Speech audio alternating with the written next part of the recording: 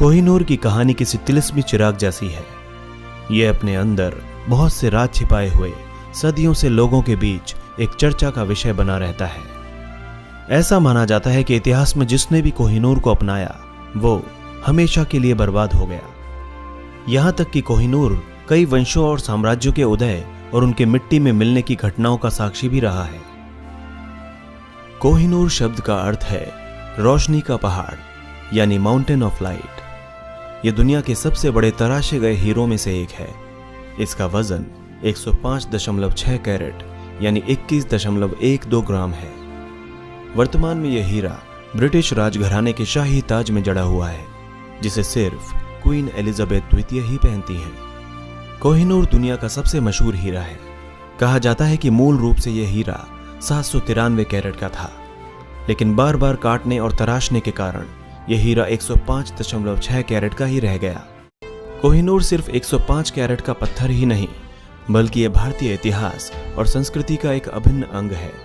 कभी राजशाही का प्रतीक रहा कोहिनूर हीरा सदियों तक कहीं इतिहास के गर्त में छिपा हुआ था। बाद में जब यह गोलकुंडा की खान से बाहर आया तो अपने आकर्षण से सभी को मोहित कर दिया। कोहिनूर हीरे के बारे में मान्यता है कि यह कृष्णा नदी के पास कुल्लूर की खदानों में मिला था। यह खदानें आज के आंध्र प्रदेश के गोलकुंडा में स्थित हैं। माना जाता है कि सबसे पहले यह हीरा काकतीय वंश के शासनकाल में सामने आया, जहां से 1323 ईस्वी में एक तुर्की शासक गयासुद्दीन तुगलक शाह प्रथम इसे काकतीय राजा प्रतापरुद्र से जीतकर दिल्ली ले गया। वहीं एक अन्य किंवदंती के अनुसार सन 1294 ईस्वी के आसपास कोहिनूर ग्वालियर के किसी राजा के पास मौजूद था।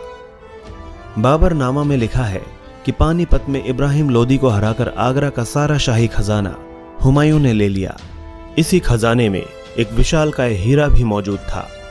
वैसे यह कह पाना मुश्किल है कि कोहिनूर हीरा पहली बार मुगलों के कब्जे में कैसे और कहां से आया।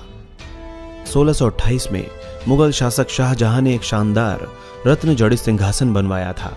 इस सिंहासन को बनाने में सैयद गिलानी नाम के शिल्पकार और उसके कारीगरों की टीम को तकरीबन 7 वर्ष का समय लगा। इस सिंहासन में कई किलो सोना मढ़ा गया था। इसके अलावा इसे अनेक जवाहरातों से सजाया गया और इसे नाम दिया गया तख्ते मुरस्सा। आगे चलकर यह मयूर सिंहासन के नाम से जाना गया। उस समय इस सिंहासन की लागत लगभग 1 करोड़ रुपए आंकी गई थी। इस सिंहासन के निर्माण के लगभग 1 शताब्दी तक मुगल साम्राज्य ने इस हीरे पर अपना वर्चस्व बनाए रखा।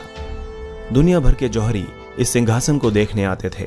इनमें से एक था वेनिस शहर का हॉर्टेसो बोर्जिया।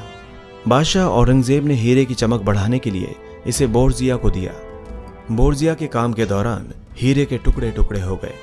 ये 793 कैरेट की जगह मात्र 186 कैरेट का रह गया।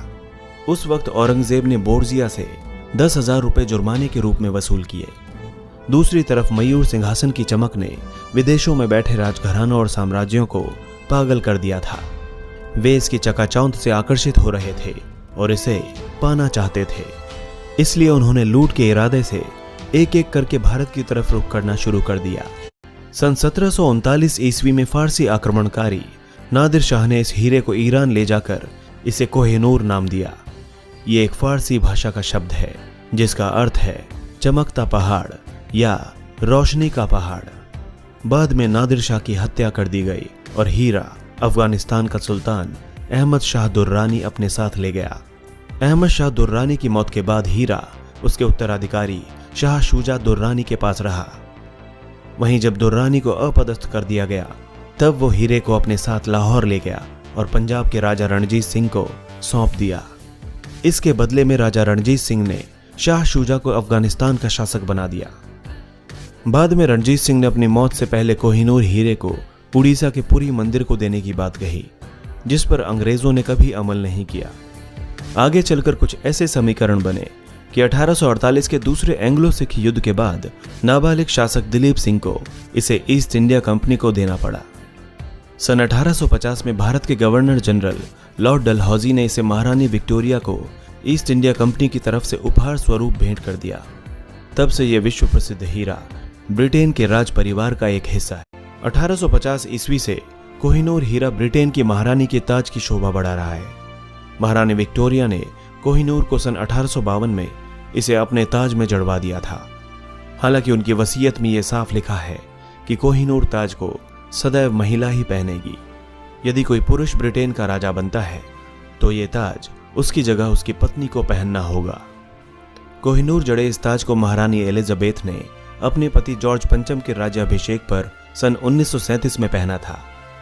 आगे चलकर 1953 में क्वीन एलिजाबेथ द्वितीय ने अपने राज्याभिषेक पर इसे पहना। कोहिनूर हीरा क्वीन अलेक्जेंड्रा और क्वीन मैरी के मुकुट में भी लगा था। यह महारानी एलिजाबेथ प्रथम के भी मुकुट में था। साल 2002 में उनके अंतिम संस्कार के अवसर पर इस ताज को उनके ताबूत पर रखा गया था। कोहिनूर हीरा लंदन के थेम्स नदी के किनारे बसे लंदन टॉवर म्यूजियम में सुरक्षित रखा हुआ है। यहां दुनिया के प्रसिद्ध और बड़े हीरे के सुरक्षा इंतजाम इतने पुख्ता है कि कोई परिंदा भी यहां पर नहीं मार सकता। यहां कोहिनूर हीरे जड़ित ताज के साथ शाही परिवार के हजारों जवाहरात और बहुत सा खजाना भी सुरक्षित रखा हुआ है। कोहिनूर हीरा अपने पूरे इतिहास में अब तक एक बार भी नहीं बिका है। ये या तो एक राजा द्वारा दूसरे राजा से जीता गया या फिर इनाम में दे दिया गया, और इसी कारण इसकी कीमत कभी नहीं लग पाई। मान्यता है कि 1294 के आसपास यह हीरा ग्वालियर के किसी राजा के पास था। हालांकि तब इसका नाम कोहिनूर नहीं था, पर इस हीरे को पहचान 1306 में मिली, जब इसको पहनने वाले एक शख्स ने लिखा था कि जो भी इंसान इस हीरे को पहनेगा वो इस संसार पर राज करेगा, पर इसी के साथ उसका दुर्भाग्य भी शुरू हो जाएगा। हालांकि तब तक उसकी बात को उसका वहम जानकर खारिज कर दिया गया। लेकिन अगर हम तब से लेकर अब तक का इतिहास देखें तो कह सकते हैं कि यह बात काफी हद तक सही है। माना जाता है कि यह हीरा शापित है। इस हीरे ने न जाने कितने ही साम्राज्यों और राज परिवारों को तबाह कर दिया। यह जिस किसी के पास रहा उसकी जिंदगी बर्बाद हो गई। किंवदंती के अनुसार कोहिनूर केवल भगवान या महिलाओं द्वारा पहना जा सकता है। मान्यता यह है कि इसे पहनने वाला अत्यंत शक्तिशाली हो जाता है, लेकिन अगर कोई पुरुष इसे पहनता है तो दुर्भाग्य से वो मिट्टी में मिल जाता है। उदाहरण के लिए 14वीं शताब्दी में कोहिनूर का संरक्षक रहा काकतीय वंश मात्र 17 वर्ष में ही दुनिया से मिट गया। 1323 ईस्वी में हुई लड़ाई में काकतीय वंश पूरी तरह समाप्त हो गया था। इसके बाद यह हीरा मोहम्मद बिन तुगलक के पास आ गया, जिसके बाद उसका भी पतन हो गया। मुगल बादशाह बाबर की मौत के बाद कोहिनूर हुमायूं के पास रहा, जिसके बाद हुमायूं को शेरशाह सूरी ने हरा दिया। आगे चलकर हुमायूं का जीवन दुश्मनों से बचते बचाते ही बीता, और फिर एक दिन सीढ़ियों से गिरकर उसकी मृत्यु हो गई। बाद में शेरशाह सूरी भी धीरे धीरे तबाह हो गया। इसी तरह शाहजहां के मयूर सिंहासन में कोहिनूर जड़ने के बाद मुगल सल्तनत लगभग खत्म सी हो गई थी। रही सही कसर ताजमहल ने पूरी कर दी, जिसने मुगल सल्तनत को कंगाल कर दिया था। आखिरकार ईरान का शासक नादिर शाह कोहिनूर को अपने साथ ले गया, जहां 8 साल के भीतर ही उसकी हत्या कर दी गई। उसके वंशज कोहिनूर को अफगानिस्तान ले गए, लेकिन यह अफगानिस्तान से लौटकर फिर से भारत वापस आ गया। यह पंजाब के राजा रणजीत सिंह के हाथ लगा तो उनकी सल्तनत को भी ले डूबा। ऐसा माना जाता है कि कोहिनूर कहीं भी हो, लेकिन अपना असर डालना नहीं छोड़ता। यह सत्य है कि जब से कोहिनूर ब्रिटेन परिवार के नियंत्रण में गया है, तभी से ब्रिटिश साम्राज्य के अंत की भी शुरुआत हुई। हालांकि यह अपने समय में एक संयोग ही है। जब से कोहिनूर ब्रिटिश राजघराने का हिस्सा बना है, इसे ब्रिटिश परिवार में किसी भी पुरुष सदस्य द्वारा नहीं पहना गया। माना जाता है कि अगर ऐसा होता तो शायद आज ब्रिटिश राज परिवार भी इतिहास ही होता। भारतीय चाहते हैं कि कोहिनूर को भारत में वापस लाया जाए। वहीं भारत के अलावा पाकिस्तान और ईरान भी इस हीरे पर अपना दावा जता चुके हैं। सन 2015 में भारतीय मूल के ब्रिटिश सांसद कीथ वाज ने अपनी सरकार से आग्रह किया था कि कोहिनूर हीरे को भारत को लौटा देना चाहिए। वहीं सन 1976 में पाकिस्तानी प्रधानमंत्री जुल्फिकार अली भुट्टो ने ब्रिटेन से इसे लौटाने का आग्रह किया था। कुल मिलाकर सदियों बाद भी कोहिनूर की चमक बरकरार है और उसे अपना बनाने की होड़ भी जारी है। ये बात और है कि मर्दों को बर्बाद करने वाली धारणा से उसका डर भी बरकरार है।